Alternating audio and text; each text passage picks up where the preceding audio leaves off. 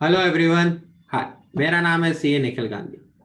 जैसे हम लोगों ने डिस्कस किया था कि हम लास्ट 4 अटेम्प्ट्स के क्वेश्चन पेपर सॉल्व करने वाले, वो भी चैप्टर वाइज।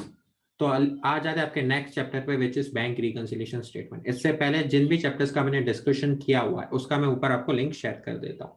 प्लस इस डिस्कशन में जो भी पीडीएफ फाइल्स यूज होने वाली है उसका मैं नीचे आपको लिंक शेयर कर देता हूँ, तो आपको सब चीजें एक्सेसिबल रहेगी। चलिए चालू करें। बैंक रिकंसिलिएशन स्टेटमेंट, ये जो बीआरएस के ऊपर ना हर बार 10 मार्क्स का क्वेश्चन पूछा गया है। सर हर बार कितने मार्क्स का क्वेश्चन पूछा गया है? 10 मार्क्स का मिनिमम हर बार क्वेश्चन पूछा गया है। आप देख सकते हो नवंबर 19, मई 19, नवंबर 18, मई 18, 10 मार्क्स का क्वेश्चन पूछा गया है। तो मस्त, काफी इजी चैप्टर है। चलिए चालू करते हैं, बट ये चालू करने से पहले ना 2-3 पॉइंट्स को हम ध्यान में रख लेते हैं। सर वो 2-3 पॉइंट्स क्या है, ये आप लोगों ने भी देखी रहेगी। सबसे पहला चीज क्या है, कॉजेज ऑफ एरर्स क्या होते हैं? सर टाइमिंग के वजह से होते हैं, डायरेक्ट ट्रांजेक्शन रहते हैं, एंड एरर्स की वजह से। इन तीनों रीजंस के कारण ही हमें डिफरेंस रहता है, जिसके कारण हमें बीआरएस बनाना पड़ता है। आपने एडजस्टेड कैश बुक करके भी कोई चीज सुनी रहेगी। यस, एडजस्टेड कैश बुक में क्या चीजें आती है और उसके अलावा बाकी सब चीजें कहाँ पे जाएंगी? फिर बाकी सब चीजें बैंक रिकंसिलिएशन स्टेटमेंट में जाएगी।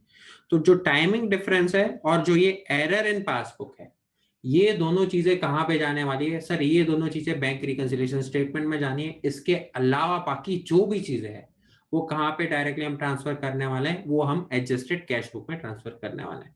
ये एक पॉइंट थी जिसका मुझे डिस्कशन करना था। और अगर आपको याद रहेगा तो बीआरएस प्रिपेयर करने के दो मेथड रहते हैं, एक बैलेंस मेथड रहता है, एक प्लस एंड माइनस मेथड रहता है। अगर आपको कभी भी ओवरड्राफ्ट वाला ट्रांजेक्शन दिखता है तो हमेशा प्लस एंड माइनस मेथड को ही यूज कीजिएगा। बहुत ज्यादा बेनिफिशियल रहता है, काफी ज्यादा इजी रहता है करने के लिए। और मैं नीचे आ जाता हूँ और थोड़ा सा, भाई साहब हमें एक दो चीजों को और ध्यान में रखना है। सर कैश बुक के डेबिट साइड को हम रिसीव बोलते हैं, कैश बुक के क्रेडिट साइड को हम पेमेंट बोलते हैं। अभी बैंक ने अगर डेबिट किया है मतलब बैंक ने विड्रॉ किया है, बैंक ने अगर क्रेडिट किया है तो बैंक ने क्या किया है? डिपॉजिट किया है। जो भी आप कैश बुक में करते हो बिल्कुल उसका उल्टा होता है पासबुक में। प्लीज अब इस एक चीज का ध्यान दीजिएगा, हम अमाउंट्स में कभी गलती ना करने की, बाबा ये ओवरड्राफ्ट है कि ये फेवरेबल बैलेंस है, उसमें गलती ना करें। इसलिए प्लीज आप इस एक चीज को ध्यान रखिएगा। ठीक है, चलिए मैं यहाँ पे ये कर देता हूँ।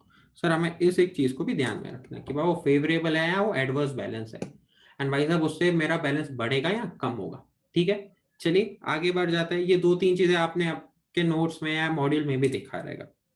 ठीक है, चलिए आगे बढ़ जाते हैं। On 30th of September 2018 the bank account of XYZ according to the bank column of the cash book was overdrawn to the extent of 8062 on examination this ये सब चीज पूरा क्वेश्चन है। सेम क्वेश्चन मैंने यहाँ पे लिख लिया है, सेम क्वेश्चन है एज इट इज, कुछ क्वेश्चन में चेंज नहीं है। अगर आप देखोगे सेम क्वेश्चन यहाँ पे ही रिप्रोड्यूस हुआ।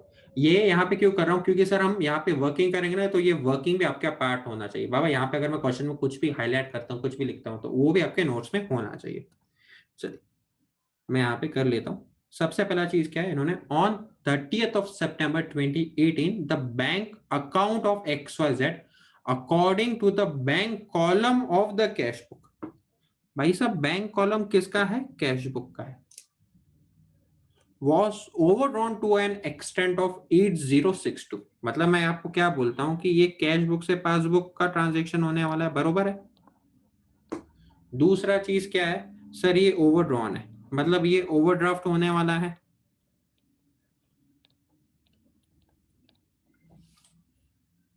To the extent of 8062.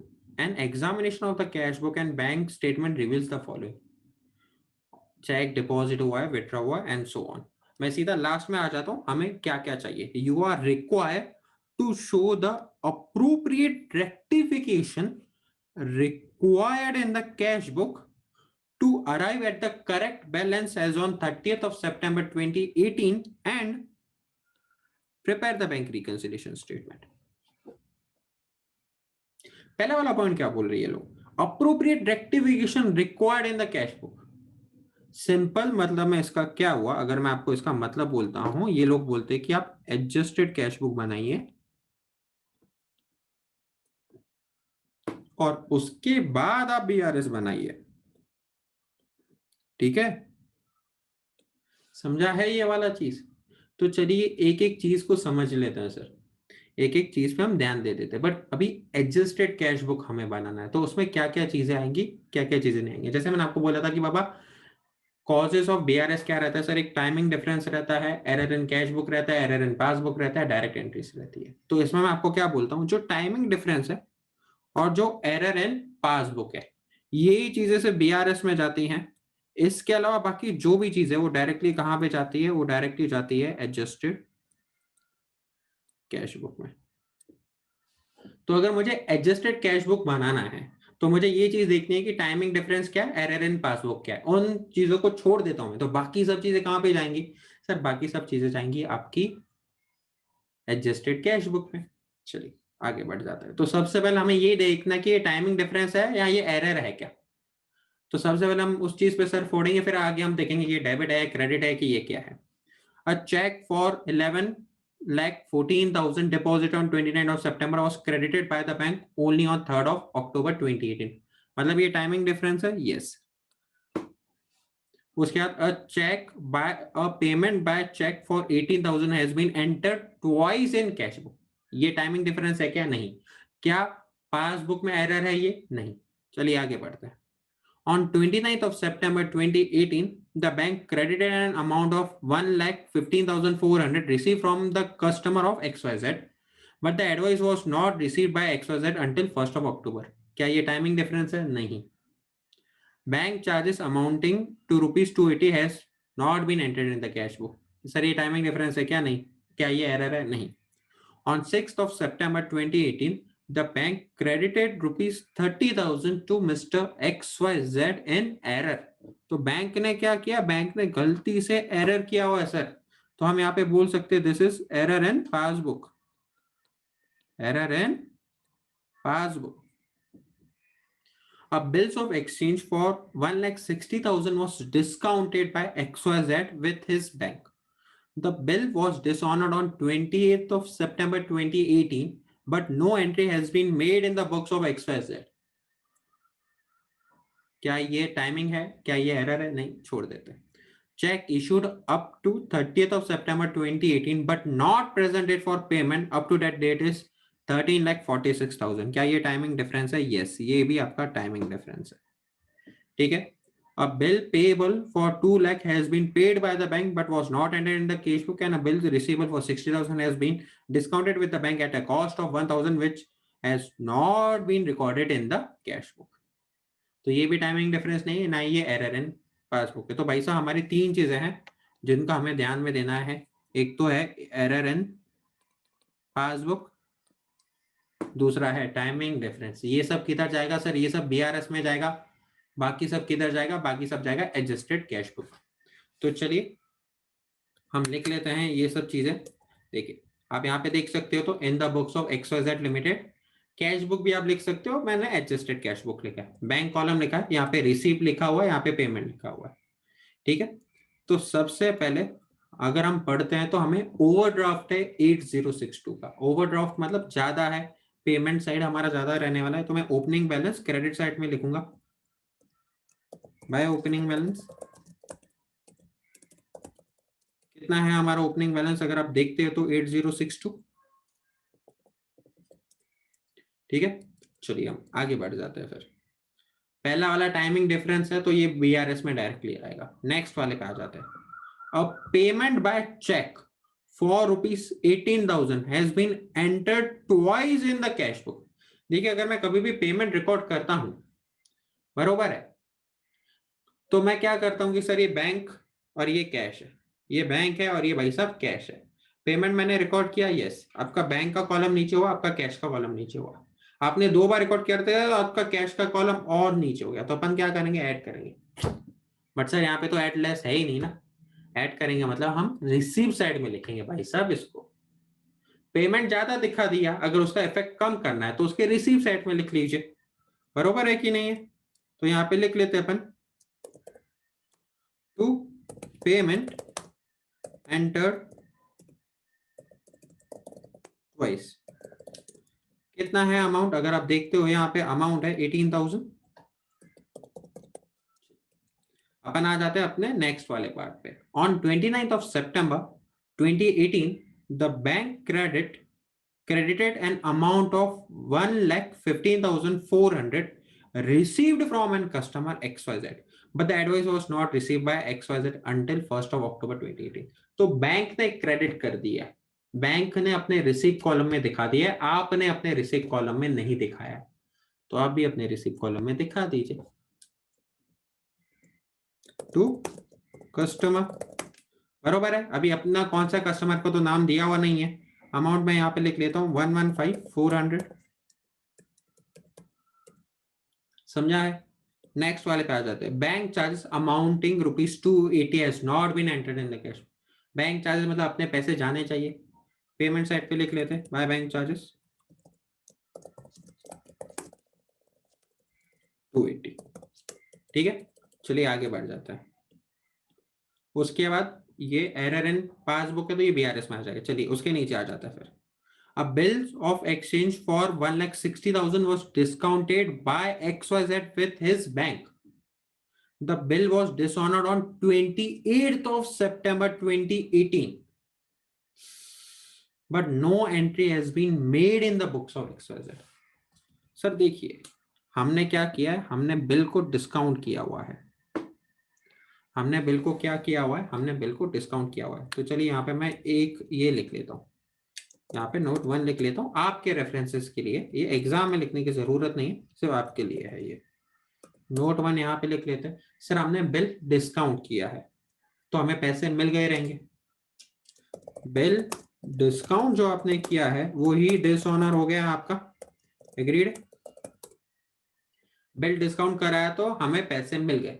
अभी वही जो बिल हमने डिस्काउंट कराया अगर वही डिसऑनर हो गया है तो हमें क्या करना पड़ेगा, amount is payable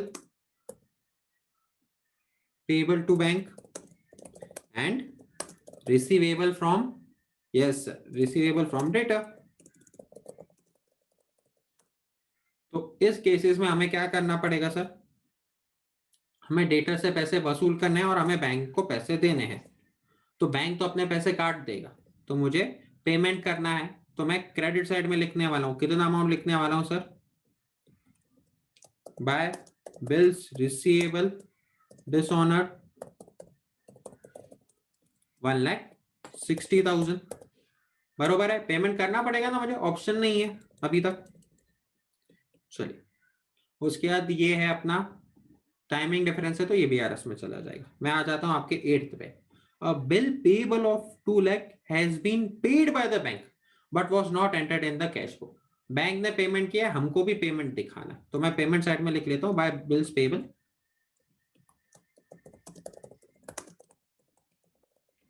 2 lakh rupees. ठीक है, आगे क्या पढ़ते हैं, and a bills receivable for 60,000 has been discounted with the bank at the cost of ₹1,000 which has not been entered। तो यहाँ पे मैं नोट 2 लिख लेता हूँ भाई साहब। तो यहाँ पे मैं सिर्फ नो भाई साहब कुछ नहीं है, इसको हम दो पार्ट्स में बाइफरकेट कर लेते हैं। ठीक है, पहला वाला चीज तो क्या है सर, पहला वाला bill is paid by the bank, amount कितना है सर, ₹2 लाख है। तो ये कहां पे जाएगा, पेमेंट साइड में जाएगा, ये हमारे कैश बुक के। दूसरा वाला चीज ये लोग क्या बोल रहे हैं कि निखिल हमने बिल डिस्काउंट किया, बिल हमने डिस्काउंट किया किससे, बैंक से, और ये भी हमने एंट्री नहीं रिकॉर्ड की। बिल का वैल्यू कितना था 60,000, बिल का वैल्यू कितना था 60,000, बट बैंक ने 1,000 रुपीज चार्जेस लिए हमसे। कितना लिया बैंक ने सर, बैंक ने आपसे 1,000 रुपीज चार्जेस लिए। तो बेसिकली आपको कितना मिला सर, मुझे 59,000 मिला। तो 59,000 कहां पे जाएगा, हमारे रिसीप्ट साइड में। बरोबर है कि नहीं है। तो चलिए मैं रिसीव साइड में लिख लेता हूं 59,000 टू बिल्स रिसीवेबल।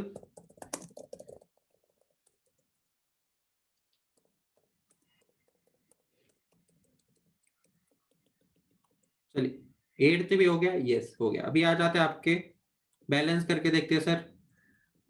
मेरा जो पेमेंट साइड है वो मेरे रिसीव साइड से ज्यादा है, तो जो मेरा क्लोजिंग बैलेंस रहेगा वो भी ओवरड्राफ्ट ही रहने वाला है। तो यहाँ पे मैं लिख लेता हूँ टू क्लोजिंग बैलेंस, ब्रैकेट में लिख लेता हूँ ओवरड्राफ्ट। चलिए ओपनिंग के यहाँ पे भी सर लिख लीजिए फिर ओवरड्राफ्ट, चलिए वहां पे भी लिख लेता हूँ खुश।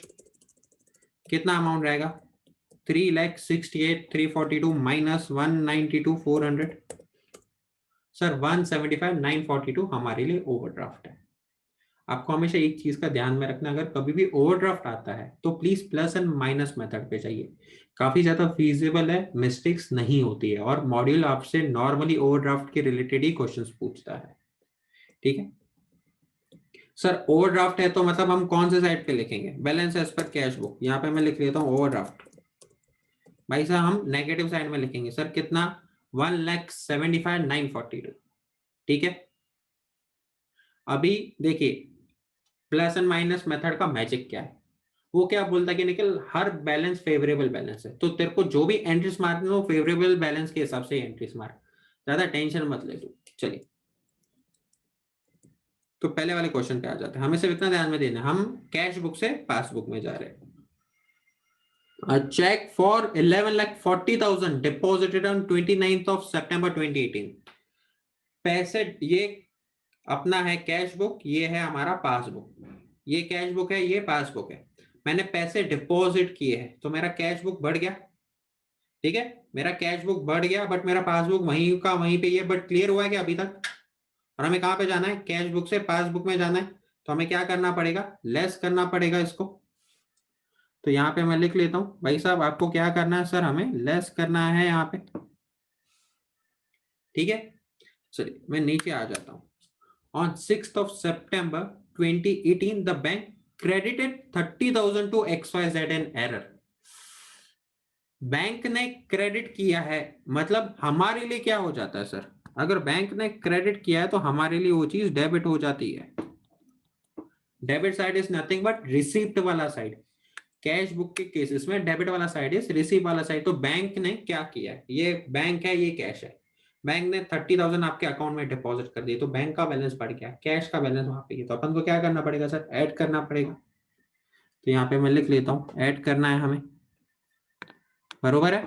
यहाँ पे हमें क्या करना है सर, यहाँ पे हमें ऐड करना पड़ेगा। वही मैं आ जाता हूँ आपके थर्ड वाले पार्ट में, cheque issued up to 30th of September 2018। अगर ये कैश बुक है ये अपना कैश बुक है, ये अपना पासबुक है, चेक इशू किए हमने, तो क्या हो गया, मेरा बैलेंस कम हो गया कैश बुक का, बट क्लियर हुआ क्या अभी तक नहीं, पासबुक वहीं का वहीं पे है। तो हमें क्या करना है, कैश बुक से पासबुक जाना है, तो हमें ऐड करना पड़ेगा। एग्रीड है, चलिए मैं add side and left side लिख लेता हूँ। ठीक है, यहाँ पे पहले से लिखा हुआ है wrong credit in the account, कितना अमाउंट है अगर आप देखते हो तो 30,000 है वो, तो वो पॉजिटिव साइड में लिख लेता हूँ मैं। Check issued but not presented for payment is 13,46,000 और लेस वाले में कितना हमें अमाउंट लिखना है सर, 11,14,000। ठीक है, तो अगर आप यहाँ पे देखते हो तो ये वाला टोटल हो जाता, ये वाला टोटल हो जाता, मेरा माइनस है 1287, मेरा प्लस है 1376, मतलब जो मेरा बैलेंस रहेगा वो फेवरेबल बैलेंस रहेगा। यहाँ पे मैं लिख लेता हूँ बैलेंस एज पर पासबुक, और ये मेरा फेवरेबल बैलेंस रहने वाला है। ठीक है, ये आपके इंफॉर्मेशन के लिए है। फेवरेबल बैलेंस कैसे है सर, आपका जो पॉजिटिव साइड है वो आपके नेगेटिव साइड से ज्यादा है, तो हम यहाँ पे लिख लेते हैं दिस माइनस 1289,942, बरोबर है 86,038। ये आपका बैलेंसिंग फिगर आ रहा है, ये आपका फेवरेबल बैलेंस है। कैसे फेवरेबल बैलेंस है, क्योंकि मेरा plus side is greater than my minus side, बरोबर है। फेवरेबल बैलेंस कैसा आया आप इसको भी देख सकते हो। चलिए आ जाते हैं आपके नेक्स्ट सम पे। अभी सर ये रेड रेड क्या है, देखिए क्वेश्चन नंबर 2 यहाँ पे भी है, वही क्वेश्चन नंबर 2 को मैंने सेम यहाँ पे लिख लिया, बट ये रेड रेड क्या है, ये रेड रेड वो चीज है, ये जो रेड हाईलाइटेड चीजें है ना जो आप नीचे देख सकते हो, ये आपको कंपल्सरीली करना ही है भाई साहब, इस पे ध्यान देना है, क्योंकि ये वो चीज है जिसमें आप प्रोन होते हो मिस्टेक करने के लिए, तो इसलिए मैंने इनको हाईलाइट कर दिया है रेड। ठीक है, चलिए आ जाते क्वेश्चन को पढ़ लेते। Prepare the bank reconciliation statement of messrs R K brothers on 30th of September 2018 from the particulars given below. ये अमाउंट दिया हुआ है, कुछ नीचे दिया हुआ नहीं है, तो बस खत्म है अपना क्वेश्चन। तो मुझे हर एक चीज को देखना पड़ेगा एंड समझना पड़ेगा। सबसे पहले देखना है कि कैश बुक टू पासबुक है या पासबुक टू कैश बुक है। The bank passbook had a debit balance of 25,000। Bank के पासबुक को कौन सा बैलेंस है? डेबिट बैलेंस है। तो सबसे पहला चीज ये क्या है? सबसे पहला चीज ये है सर पासबुक टू, चलिए मैं पेन को ब्लू लिख लेता हूं, बरोबर खुश। चलिए ये इसका मतलब क्या हुआ सर? ये है पासबुक से कैश बुक। डेबिट बैलेंस का क्या मतलब होता है? कैश बुक में ये क्रेडिट बैलेंस होता है। मतलब ये भी भाई साहब हमारे लिए क्या है? ये भी आपके लिए ओवरड्राफ्ट ही है। ये भी आपके लिए ओवरड्राफ्ट ही है। ओवरड्राफ्ट मतलब कौन सा sir? Plus and minus. Overdraft method कभी भी आता है तो कौन सा यूज करना है sir? Plus and minus use कर देना। The bank balance had a debit balance of 25,000 on 30th of June 2018।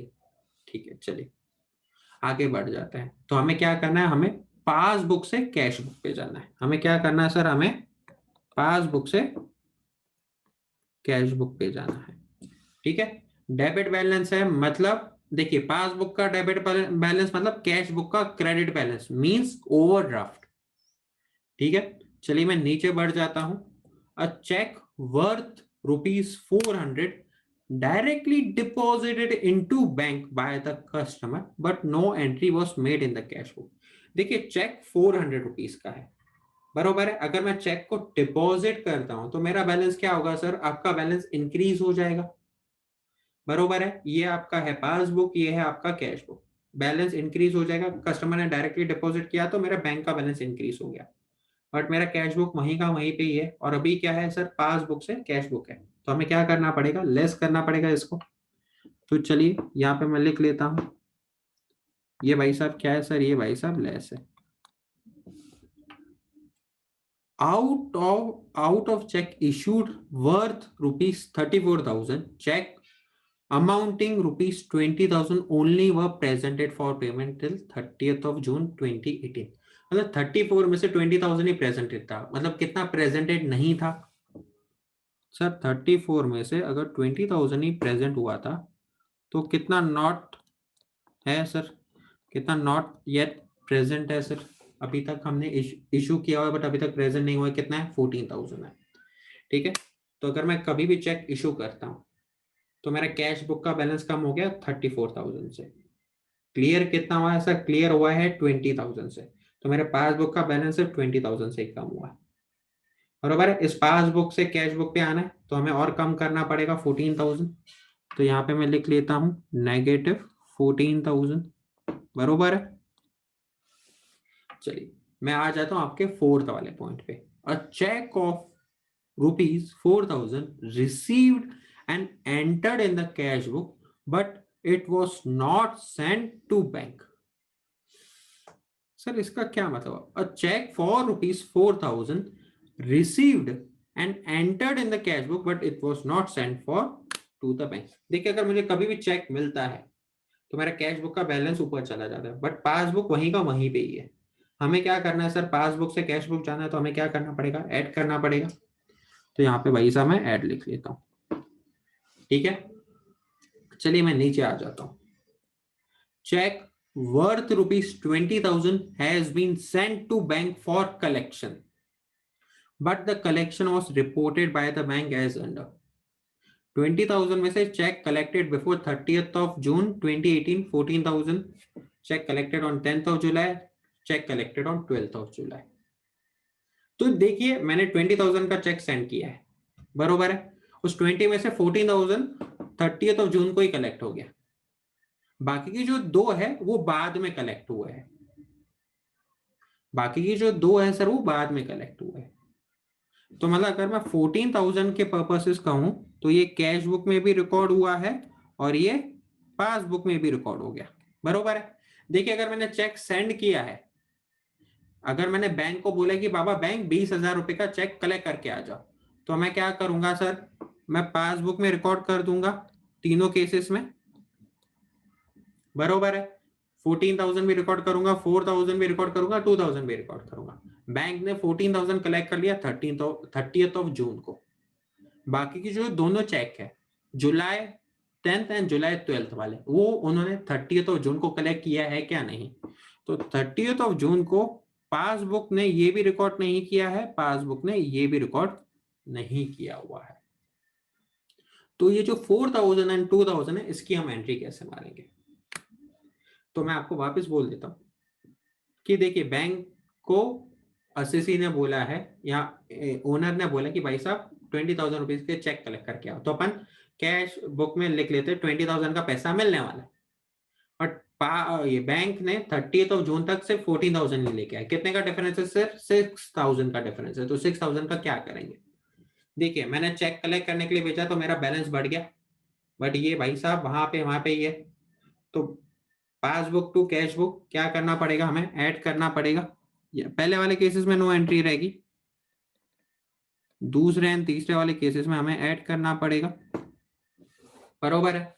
ये सेम चीज हमने यहाँ पे भी देखी थी, अगर आपको याद रहेगा तो।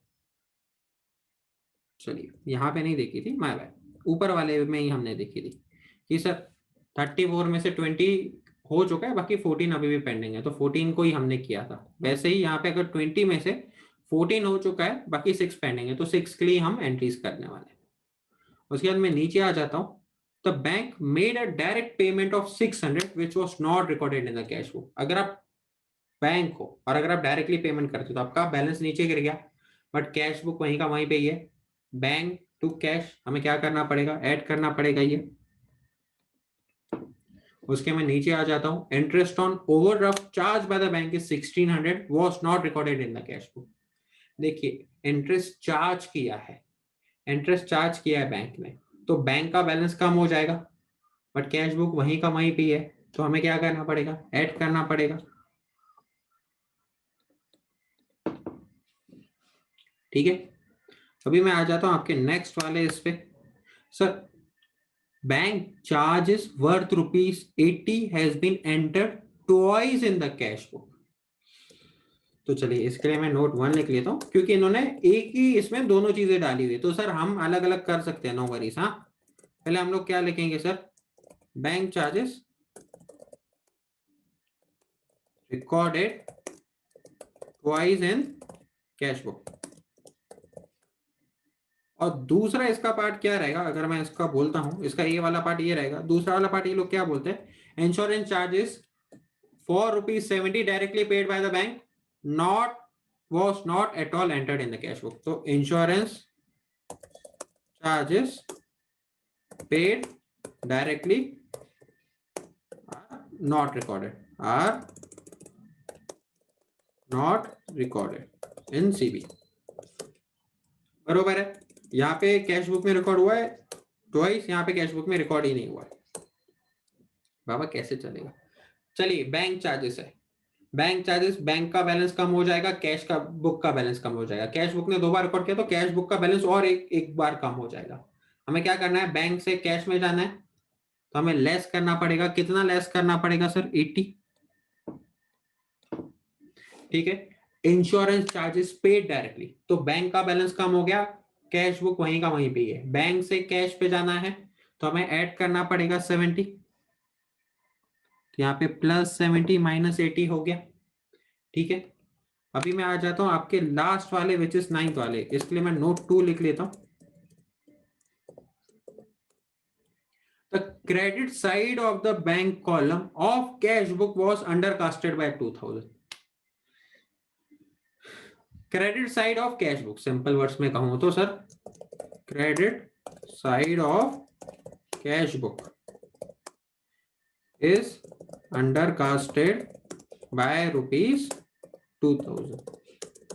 अभी क्रेडिट साइड का क्या मतलब रहता है सर? क्रेडिट साइड मतलब पेमेंट।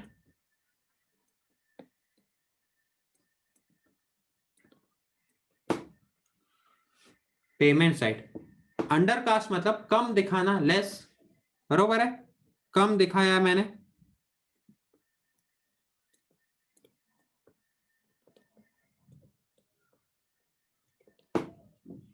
तो आपने क्या किया सर, मैंने क्रेडिट साइड को कम दिखाया हुआ है, मतलब मैंने पेमेंट को कम दिखाया हुआ है।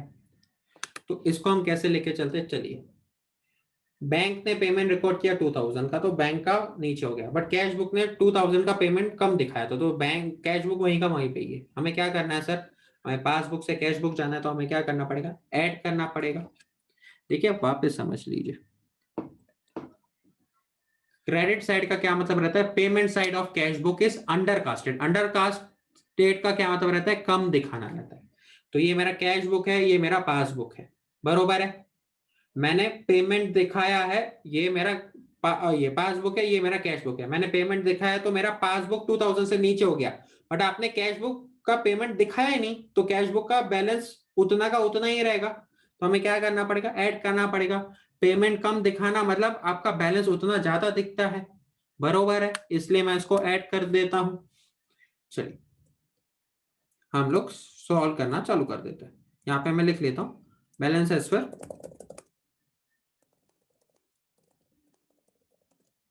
यहाँ पे लिख लेता हूँ ओवरड्राफ्ट। देखिए आपको इन चीजों का ध्यान में रखना है। In the books of R K brothers bank reconciliation statement as on 30th of June 2018। आप बैलेंस मेथड को भी यूज कर सकते हो, बट प्लस एंड माइनस ज्यादा कंफर्टेबल होने वाला है आप लोगों के लिए। प्लीज आप इस एक चीज का ध्यान दीजिएगा। यहाँ पे मैं ऐड लिख लेता हूँ, जो भी ऐड वाले आइटम्स है वो हम पहले कर लेते हैं, फिर लेस वाले आइटम्स हम कर लेंगे। Check received, a check of rupees 4000 received and entered in the cash book. Check received and entered in cash book only. कितना अमाउंट है सर, अगर आप यहाँ पे देखते हो ये अमाउंट है 4000। तो जो भी प्लस वाले आइटम्स है वो मैं एक साथ लिख लेता हूँ। यहाँ भले आप ऐसे भी कर सकते हो, हर एक एंट्री एंट्री लिख सकते हो कि बाबा ये प्लस है या ये माइनस है। जैसे यहाँ पे हम आ जाते हैं, cheque worth rupees 400 directly deposited by into the bank by the customer. Check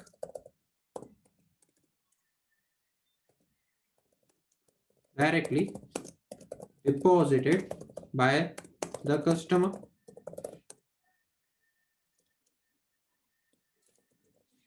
कितना अमाउंट है सर, अमाउंट है 400, ये नेगेटिव साइड में मैं लिखूंगा।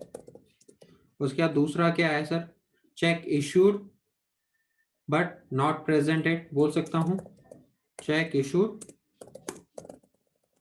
But not presented for payment. कितना अमाउंट है, अगर आप ये देखते हो तो 14000 है, यहाँ पे मैं 14000 नेगेटिव साइड पे लिख लेता हूँ। उसके हम बाद हम बढ़ते हैं sir, check of rupees 4000 entered in the cash book only। check received but entered in cash book only। कितना अमाउंट है सर, ये है 4000, तो चलिए 4000 पॉजिटिव साइड में लिख लेते हैं। उसके बाद फिफ्थ वाले इस पे आ जाते हैं। फिफ्थ वाले इसमें 4 and 2000 को हमें पॉजिटिव साइड में लिखना है।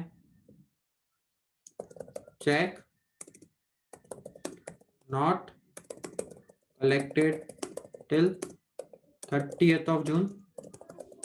कितना अमाउंट है, 4 + 2 comes to 6000।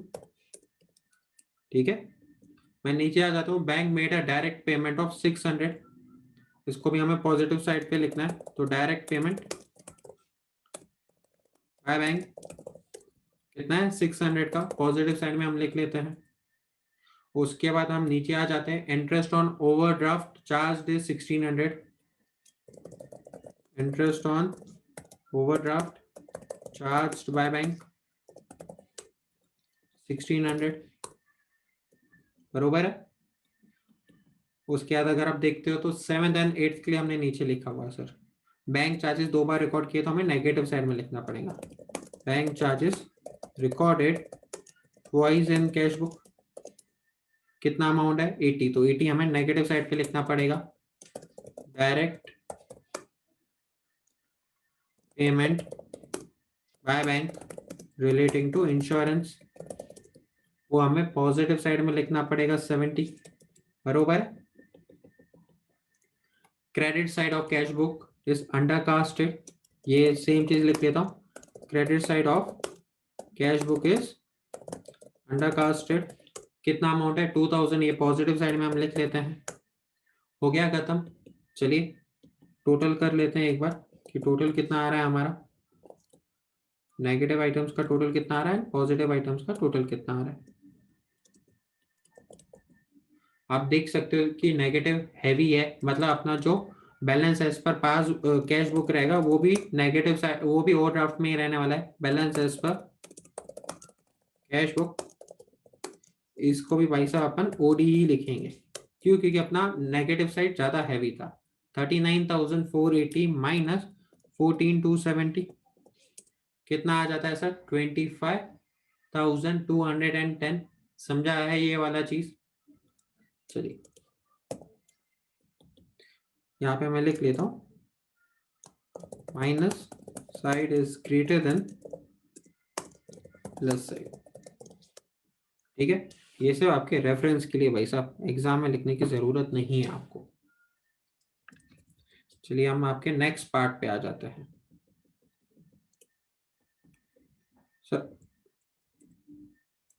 क्वेश्चन नंबर 3 पे आ जाते हैं। Prepare a bank reconciliation statement from the following particulars as on 30th of September 2018. Debit balance as per bank column of cash book is, तो भाई साहब डेबिट बैलेंस किसका है sir? Bank column of cash book. तो cash book से passbook जाना है। और डेबिट बैलेंस का क्या मतलब है? फेवरेबल बैलेंस है। मतलब कौन सा बैलेंस है? फेवरेबल बैलेंस है। तो हमें कोई सरफोड़ी करने की जरूरत नहीं है। हम प्लस एंड माइनस भी यूज कर सकते हैं, हम बैलेंसिंग मेथड भी यूज कर सकते हैं। तो हम यहाँ पे बैलेंस मेथड यूज करने वाले हैं।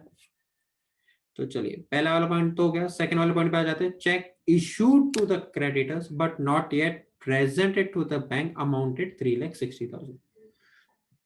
चेक इशू किया हुआ है मैंने, तो क्या हो जाएगा सर? आपका कैश बुक कम हो जाएगा, बट आपका पासबुक वहीं का वहीं पे ही है। हमें क्या करना है? कैश बुक से पासबुक जाना है, हमें ऐड करना पड़ेगा।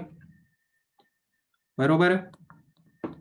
चलिए, dividend received by the bank but not entered in the cash book. देखिए डिविडेंड रिसीव्ड हुआ है बाय द बैंक, तो बैंक का बैलेंस ऊपर हो जाएगा, बट कैश बुक वहीं का वहीं पे ही है। हमें क्या करना है? कैश बुक से पासबुक जाना है, तो हमें ऐड करना पड़ेगा वापस।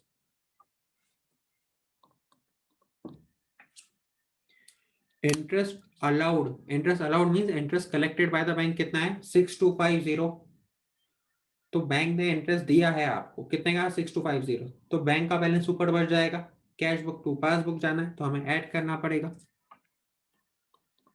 ये क्वेश्चन काफी इजी है, मस्त है। थर्ड वाला काफी इजी है। फोर्थ वाला थोड़ा मजे वाला है। Cheque deposited into bank for collection but not collected by the bank up to the date is ₹7,70,000। देखिए चेक डिपॉजिट किया है, तो क्या हो गया? मेरा कैश बुक का बैलेंस बढ़ गया, पासबुक वहीं का वहीं पे ही है। क्या है? कैश बुक टू पासबुक है, तो हमें लेस करना पड़ेगा ये। अभी bank charges not entered in the cash book. Bank charges मतलब कैश बुक का बैलेंस, पासबुक नीचे जाएगा, बट कैश बुक वहीं का वहीं पे ही है, तो हमें इसको भी नीचे लेके आना पड़ेगा, तो लेस करना पड़ेगा। Check deposited into the bank was dishonored but no intimation was received। देखिए चेक डिपॉजिट अगर मैं करता हूं, चलिए इसके लिए मैं नोट 1 लिख लेता हूं। यहाँ पे मैं लिख लेता हूं क्या हुआ क्या है सर। चेक डिपॉजिट किया हुआ है, बाद में वो क्या हो गया? डिसऑनर हो गया है। और इसकी कोई एंट्री नहीं मारी है, no entry in CB cash book. तो इसको हम किस तरीके से टैकल करेंगे? देखिए कैश डिपॉजिट करना मतलब मेरा कैश बुक ऊपर चला गया, पासबुक वहीं का वहीं पे ही है, बट वही डिसऑनर हो गया। तो पासबुक वहीं का वहीं पे हिल ही नहीं रहा है, डिसऑनर हो गया। तो मैं कौन सा कुछ अकाउंट, आपके अकाउंट को क्रेडिट थोड़ी करूंगा। हमें क्या करना है? कैश बुक टू पासबुक जाना है, तो हमें लेस करना पड़ेगा। यस, एंड आपके आ जाते हैं next. Bank paid house tax on your behalf but no intimation was received from the bank in such connection. तो बैंक ने क्या किया? आपका हाउस टैक्स पे किया, तो बैंक का बैलेंस नीचे चला गया, आपका बैलेंस वहीं का वहीं पे ही है। क्या करना है sir? Cash book to passbook करना है, तो हमें लेस करना पड़ेगा। बहुत इजी सम था ये। चलिए यहाँ पे लिख लेते हैं हम, मैं ऐड लिख लेता हूँ। ऐड वाले आइटम्स क्या है sir? Check issued but not yet presented,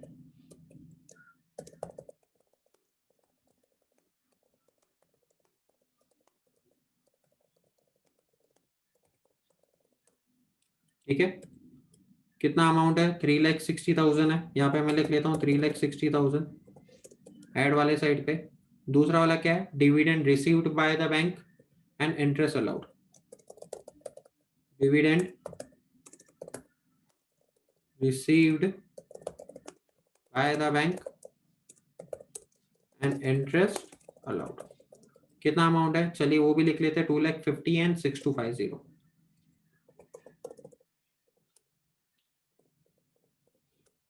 समझा है? चलिए मैं नीचे आ जाता हूँ। Cheque deposited into bank for collection but not collected by the bank up to this date is 7,70,000। ये हमारे लेस वाला आइटम्स है। तो सबसे पहला चीज यहाँ पे मैं लिख लेता हूँ, cheque deposited but not clear 7,70,000, ठीक है। दूसरा वाला चीज तो क्या बोलते कि sir bank charges not entered in cash book 1,000। check deposited but dishonor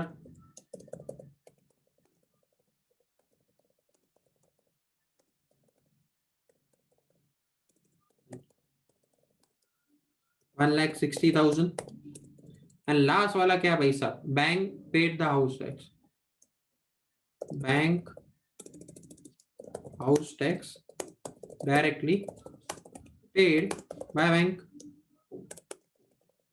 कितना अमाउंट है सर? 1,75,000, ठीक है। चलिए इनका टोटल एंड ऊपर वाले का टोटल हम लिख लेते हैं।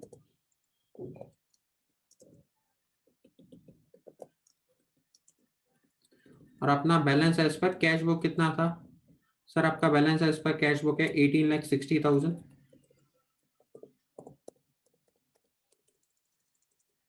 इसको मैं नेगेटिव साइन दे देता हूं। यहाँ पे मैं लिख लेता हूं बैलेंस एज पर passbook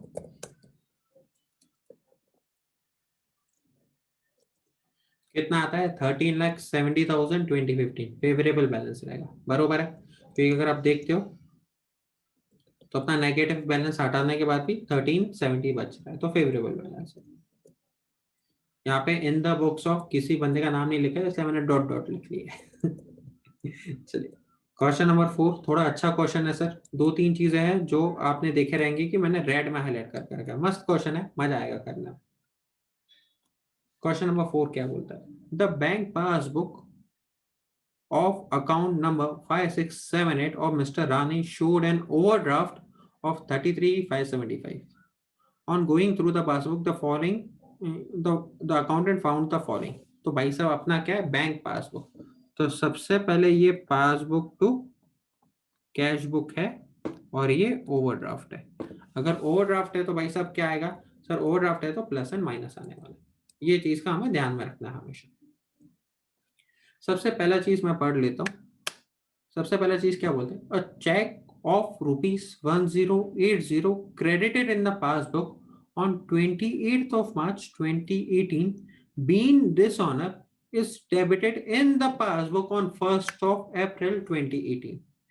There was no entry in the cash book about the dishonor of the check until 15th of April 2018. तो सबसे पहले मेरा क्लोजिंग क्या होने वाला? अगर आप नीचे भी देखोगे इन्होंने क्या बोला कि 31 मार्च 2018 तक ही बनाना है बीआरएस हमें, ठीक है। मैं यहाँ पे नोट 1 लिख लेता हूं। चल यहाँ पे नोट 1 आ गया सर। आपको एक चेक था, कितने अमाउंट है? 0 सर, 1080 अमाउंट का चेक था जो आपने क्या किया? Credited in the passbook. तो सर ये क्रेडिट हुआ है पासबुक में एंड कब हुआ है सर पासबुक में क्रेडिट? सर पासबुक में क्रेडिट हुआ है ये 28 मार्च। और बाद में भाई साहब क्या हुआ सर? बाद में डिसऑनर हो गया। बाद में क्या हो गया सर? डिसऑनर हो गया। और डिसऑनर की एंट्री कब बुक हुई है सर? डिसऑनर की एंट्री पासबुक में बुक हुई है 1 अप्रैल को, एंड कैश बुक में बुक हुई है 15 अप्रैल को। तो अगर मैं इसका सिचुएशन कह देता हूं, सबसे पहले हमने कैश बुक एंड पासबुक में रिकॉर्ड कर लिया। कैश बुक में रिकॉर्ड कर लिया क्या? यस। पासबुक में कब रिकॉर्ड किया सर? 28 मार्च को। उसके बाद क्या हुआ सर? उसके बाद चेक हो गया आपका डिसऑनर। चेक हो गया आपका डिसऑनर। डिसऑनर की एंट्री पासबुक में कब रिकॉर्ड हुई एंड कैश बुक में कब रिकॉर्ड हुई? 1 अप्रैल को। और यहाँ पे है भाई साहब 15 अप्रैल को। तो अगर मैं कहूं तो 31 मार्च तक कैश बुक में भी रिकॉर्डेड था, पासबुक में भी रिकॉर्डेड था। बरोबर है?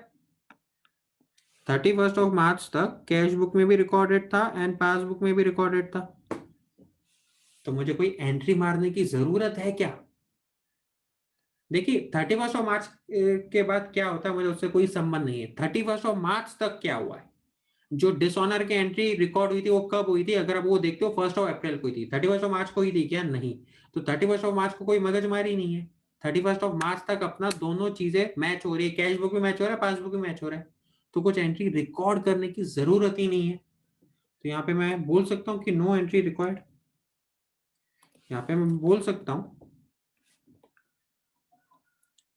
नो एंट्री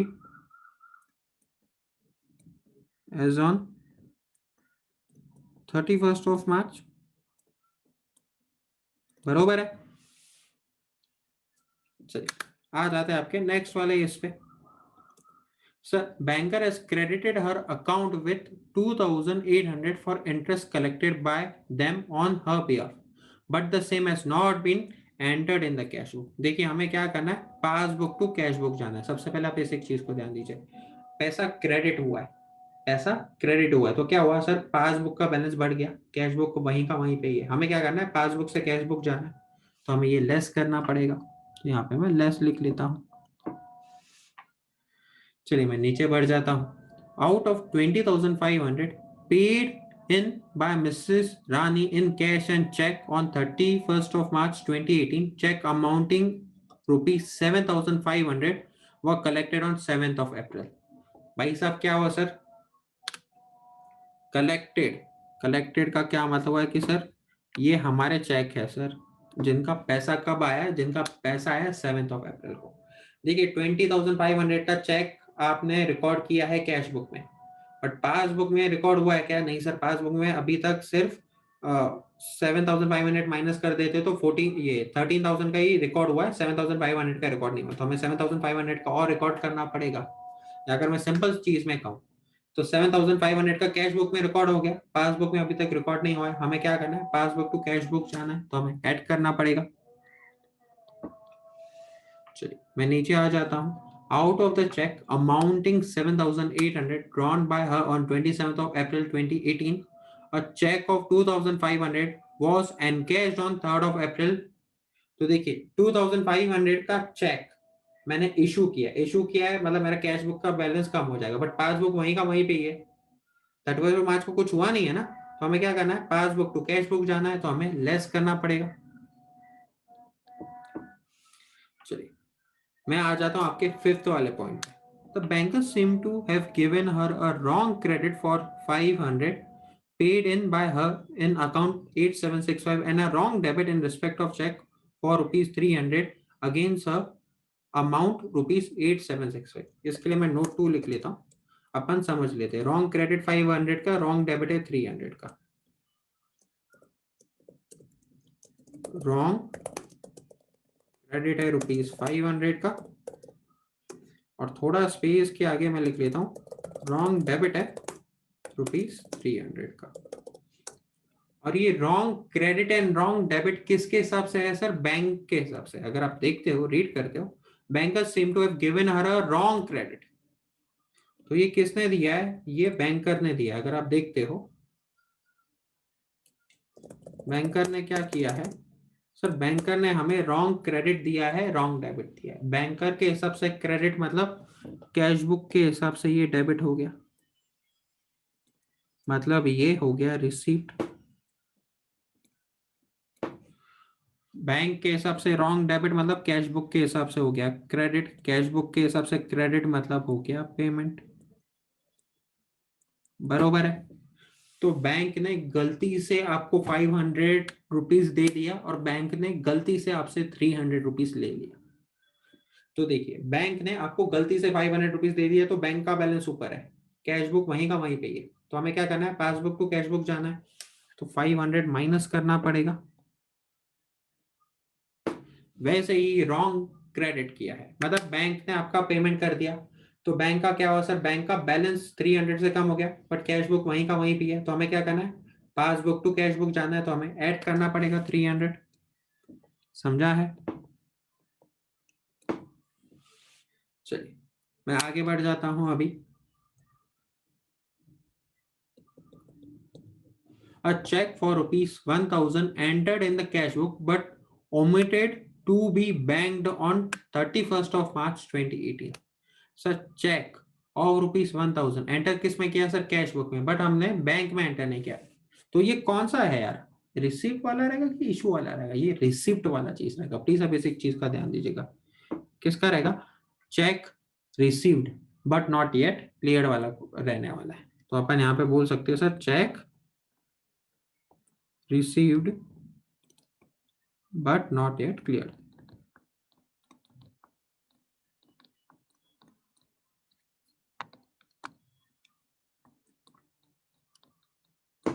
ठीक है, तो हम लोग क्या लिखने वाले सर, चेक रिसीव हुआ है तो कैश बुक बढ़ गया, पासबुक वहीं का वहीं पे, पासबुक टू कैश बुक करना है तो हमें ऐड करना पड़ेगा। तो चलिए यहाँ पे मैं ऐड वाला साइन लिख लेता हूँ। मैं नीचे बढ़ जाता हूँ। अब bills receivable for rupees 5200 previously dishonored with the bank has been dishonored but the advice was received on 1st of April 2018। क्या हुआ भाई साहब ये, इसलिए मैं नोट 3 लिख लेता हूँ। देखिए अब bills receivable of 5200 previously dishonoured with the bank has been dishonoured but advice was received on 1st of April. तो यहाँ पे सेम चीज, यस इससे पहले भी हमने सेम चीजें देखी है, यस सर। बिल रिसीवेबल जो हमने डिस्काउंट करवाया है वो क्या हो गया सर, वो डिसऑनर हो गया है, और हमें उसका एडवाइस कब मिला, कैश बुक में उसको एडवाइस मिला है 1st ऑफ अप्रैल को। तो देखिए पासबुक में रिकॉर्ड हो गया, कैश बुक में रिकॉर्ड नहीं हुआ, तो बैंक क्या करेगी, बैंक विल डिडक्ट ना द अमाउंट, बरोबर है कि नहीं है, and the same amount is receivable from data. तो अगर बैंक आपका अकाउंट में उतना पैसा कम कर देती है तो आपको क्या करना पड़ेगा सर, बैंक ने हमारा पैसा कट कर दिया,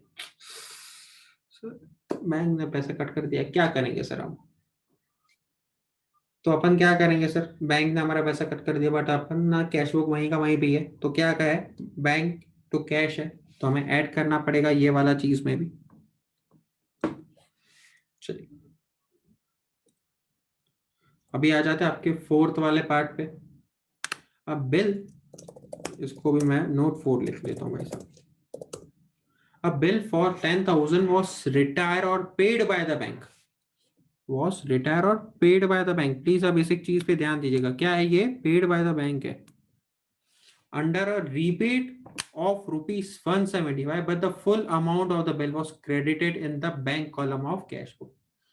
तो इसका मतलब क्या हुआ है, अगर मैं इसका मतलब बोलता हूं, बैंक ने को 10,000 का पे करना था, उसके लिए उसको रिबेट मिला है 175 का। तो बैंक ने पे कितना किया है अगर आप देखते हो तो ₹10,000 माइनस ₹175। तो इफेक्टिवली बैंक ने कितना पे किया अगर मैं देखता हूं तो 9,825। बरोबर है। चलिए यहाँ पे अपन लिख लेते हैं 10,000 माइनस 175, 9825 बरोबर है। बैंक ने कितना पे किया है? 9825, but the full amount of the bill was credited. Credited करना मतलब पेमेंट साइड पे रिकॉर्ड करना इन the bank column of cash book. But cash book ने क्या किया है?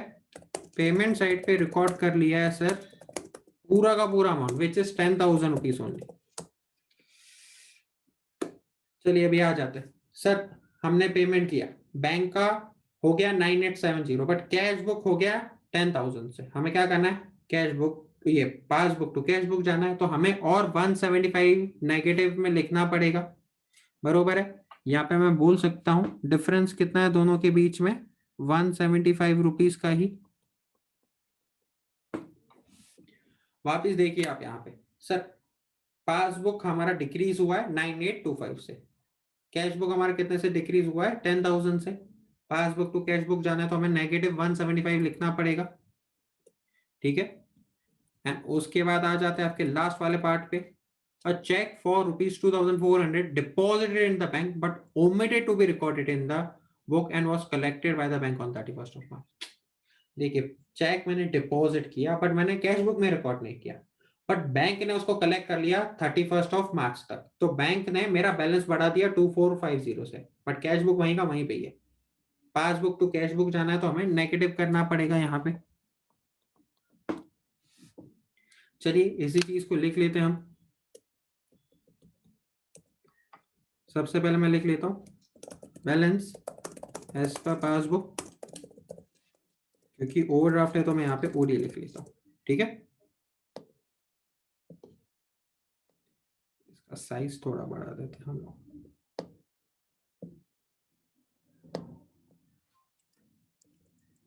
कितना अमाउंट है सर? 33,575। 33,575 नेगेटिव साइड में मैं लिख लेता हूँ। पहले वाले के लिए नोट 1 था, मींस नो एंट्री थी, तो हमें लिखना पड़ेगा। देखिए जहां पे भी आप एंट्री नहीं मारते हो ना, प्लीज उसके लिए एक नीचे नोट दे दीजिएगा कि आप क्यों एंट्री नहीं मार रहे, तो उसके लिए हम बाद में एक नोट लिख लेंगे। ठीक है। चलिए मैं सेकंड वाले पॉइंट पे आ जाता हूँ। Banker has credited her account with 202800। Bank account was credited but no entry in cash book.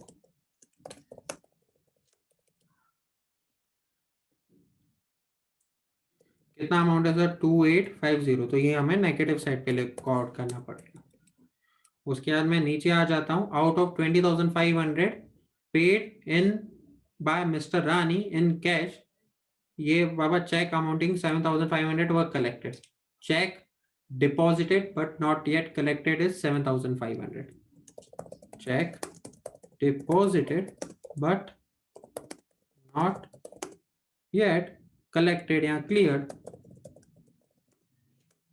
कितना अमाउंट है सर? ये अमाउंट है 7,500, तो इसको अपन पॉजिटिव साइड में लिखेंगे 7,500। मैं नेक्स्ट इस पे आ जाता हूँ। आउट ऑफ द चेक, तो यहाँ पे मैं लिख सकता हूँ check issued but not yet presented for payment. कितना अमाउंट है सर? ये अमाउंट है 2,500। बाबा पूरा अमाउंट मत लिखिएगा, ये वाला अमाउंट ही लिखना है हमें, विच इज 2,500 नेगेटिव साइड पे। उसके बाद हमने यहाँ पे नोट 2 लिखा हुआ है, बैंकर ने wrong credit and wrong debit दिया है, तो wrong 500 minus 300 plus wrong debit bye banker, wrong credit by banker. तो रॉन्ग डेबिट के लिए हम -500, रॉन्ग क्रेडिट के लिए हम -500 लिख रहे हैं, रॉन्ग डेबिट के लिए हम +300 लिख रहे हैं।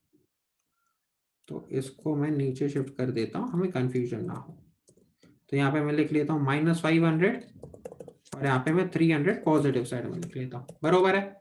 जो चीज हमने यहाँ पे की थी, अगर आपको यहाँ पे दिख रहा है तो नोट 2 -500 +300। चलिए मैं आगे बढ़ जाता हूँ। A check for ₹1,000 entered in the cash book but omitted to be banked. Check received but not yet presented to bank but not yet deposited in bank.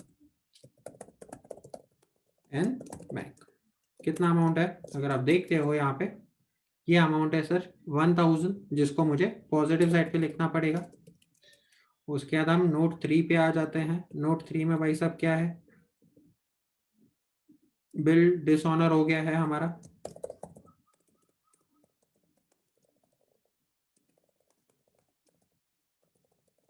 Honoured not recorded in cash book.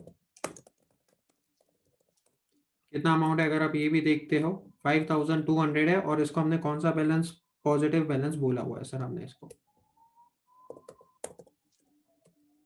उसके बाद मैं note 4 में आ जाता हूं। A bill for ₹10,000 was retired and paid by the banker under a rebate of 175। बरोबर है, तो हमें -175 रिकॉर्ड करना है। Rebate not recorded in cash book -175। And last वाला पार्ट है cheque for ₹2,500 deposited, cheque deposited and collected by a bank not recorded in cash book। कितना amount है सर, ये अमाउंट है ये 2400, ये अपन नेगेटिव साइड पे लिखेंगे। बरोबर है, यहाँ पे हमारे पूरे प्लस माइनस वाले आइटम्स खत्म हो जाते हैं, तो टोटल लिख लेते हैं यहाँ पे।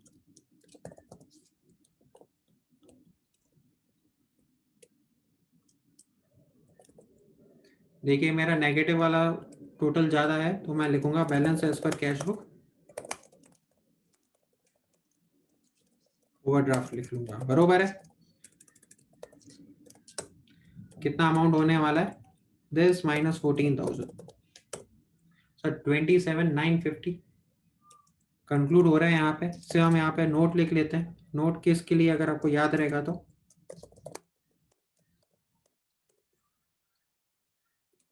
इस वाले चीज के लिए, ठीक है।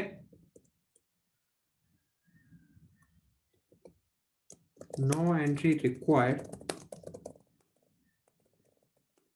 For cheque amounting ₹1080 since the